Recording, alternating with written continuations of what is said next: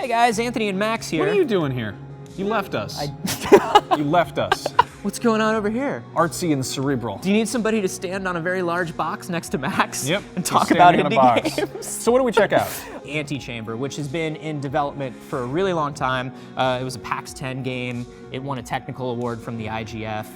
It's awesome. It's kind of a first-person puzzler. There's going to be some Portal comparisons. Yeah. It's inevitable. Yeah, but it's kind of like if Portal was set in an MC Escher painting. Yes, with a sort of pinch of Windows 95 in there. Yeah, absolutely. And we should just say, before we even get into this, if you've seen anything from Antichamber, if Antichamber seems interesting to you, Antichamber is a freaking awesome game, and just go buy it and don't watch the rest of this video. Roll the dice and figure it out for yourself. Because the reason we're not doing a review for this is that if we showed 4 minutes of video from it, it would be 4 minutes of spoilers. Yes, just all spoilers. So we'll show some video of it so you sort of know what it looks like, but we won't give away any of the solutions so that it ruins the game for you, because we are professionals. So basically, you will walk around. I'll give away a couple things. There will be a part in the game where you will walk towards a dead end and you will find out it wasn't a dead end at all. No, it was a trick. It was a trick. Sometimes it looks like you're gonna go up and then all of a sudden the floor comes out under you, or you turn a corner and then when you turn the same corner again,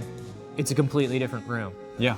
Which sounds like a recipe for utter and total frustration. What I think is good, though, is that if Portal tried to do this, it wouldn't work because there's too many kind of things going on visually. Yeah. In this, it's such a stripped-down kind of aesthetic that it really, you've got all the elements in front of you. Yeah.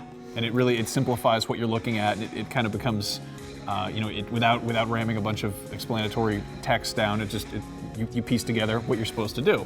Or unless you don't, and then you probably get mad because sometimes it is difficult. But that's the thing, is even though every single room has different rules, even though you don't know what to trust, and I think that's really important, is we're used to having a very rigid rule set in games. And when things don't behave the way we expect them to, we think the game is buggy, we think the game is broken, but something about the way he designed this lets you trip into conclusions, or lets you trip into solutions before you get too angry. Yeah, angry. It definitely we started to feel the sort of ache. There's another thing is you've got a time limit playing this. Yeah, you have an hour and a half to beat it. It's not like a linear kind of play it one step at a time. You get sort of warped back to your starting point, and it tells you you've got half an hour left to play the game, and you've got this big sort of board of little sort of clue images, little clip arts that you pick up. It's cool. One of the things that I think you and I like the most about it is we've always kind of said when we discuss games, why make a game look like the real world? Why make a game that behaves like the real world when you can make a game do anything?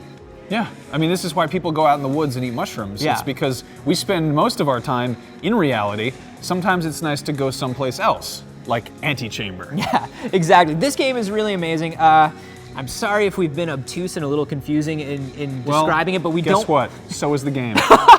And we definitely don't want to give too much away. It's $14.99 now for the PC. You can grab it on Steam, and you absolutely should. It's something really, really different. We're gonna talk about another indie game soon called Proteus, which is that's a whole other can of pixelated looking things. It's as calming as Antichamber is frustrating, I think. So subscribe so you don't miss that one.